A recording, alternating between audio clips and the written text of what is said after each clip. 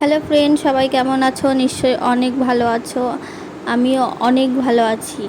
তো তোমাদের সামনে আবার একটা ছোট্ট ব্লগ ভিডিও নিয়ে চলে এসেছি। তোমাদের যদি ভালো লাগে তাহলে একটা লাইক কমেন্ট শেয়ার করে দিও।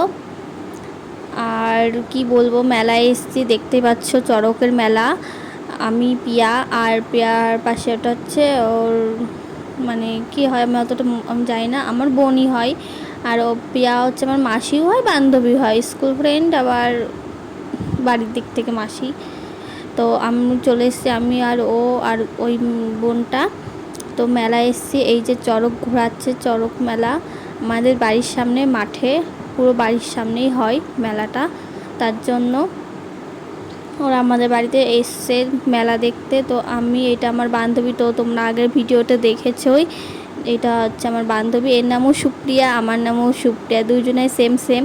আর আমরা যেখানেই যাই দুইজনাই যাই, তোমরা তো দেখতেই পাও ভিডিওতে। আর এটা হচ্ছে আমাদেরই পাড়ার কাকা হয়, ও বসি ফুটিয়েছে ওই কাকাটা। তো আমি তার জন্য ভিডিও করেছি, বলছে ভিডিও করতে, তার জন্য বললাম ঠিক আছে তাহলে ভিডিও করি। তো ভিডিও করলাম। তো বান্ধবী আমাকে আইসক্রিম খাওয়ালো, আর আমি বাটি আইসক্রিমই খাই। তোমরা বলো না যে 10 টাকার বাটি আইসক্রিম খাচ্ছে। আমি বাটি আইসক্রিম বেশি ভালো লাগে খেতে, তার জন্য বাটি আইসক্রিমই খাচ্ছি। আর ওই আমাকে খাওয়ায় সবসময়, ওই আমাকে খাইয়েই যায়, আমি ওকে কিছুই খাওয়াই না। ও আমাকে শুধু খাইয়েই যায়। আর আমাকে কিছু খাওয়ায় না। বাড়ির সামনে পুজো, বুঝতে পারছো মেলা শেষ হয়ে গেছে, তাও বাড়িতে যাইনি, বসে আছি গরমের মধ্যে, কি করব, তার জন্য বসে আছি। আর এই যে পিয়াকে আইসক্রিম খাওয়ালো বলতে আমার দাদা খাওয়াইছে আমাকে আর পিয়াকে। আর ওই যে হচ্ছে ওটা আমার দাদু হয়, দাদুর দোকান থেকে আইসক্রিম কিনেছি, তো খাচ্ছিলাম। তারপরে হচ্ছে এইটা কি বেশ বলে আমি ঠিক জানি না, তো বাবা খাচ্ছিল, আমি বললাম দেখি কেমন খেতে। তো একটুখানি খেয়েছিলাম বাবার কাছ থেকে, খেয়ে তাও ভালোই লাগলো। তারপরে এখানে থেকে আমি বললাম তাহলে একটা বানাও, একটা খাই একটু আমি আর পিয়া। তো পিয়াকে দিলাম, প্রথমে পিয়া খেলো, তারপরে আমিও খেলাম। আর এটা পুরো শেষে মানে গুছানো হয়ে গেছিলো, গুছানো হয়ে গেছে, বাড়ি চলে যাবে তখনটাই বলছি এটা বানিয়ে দাও।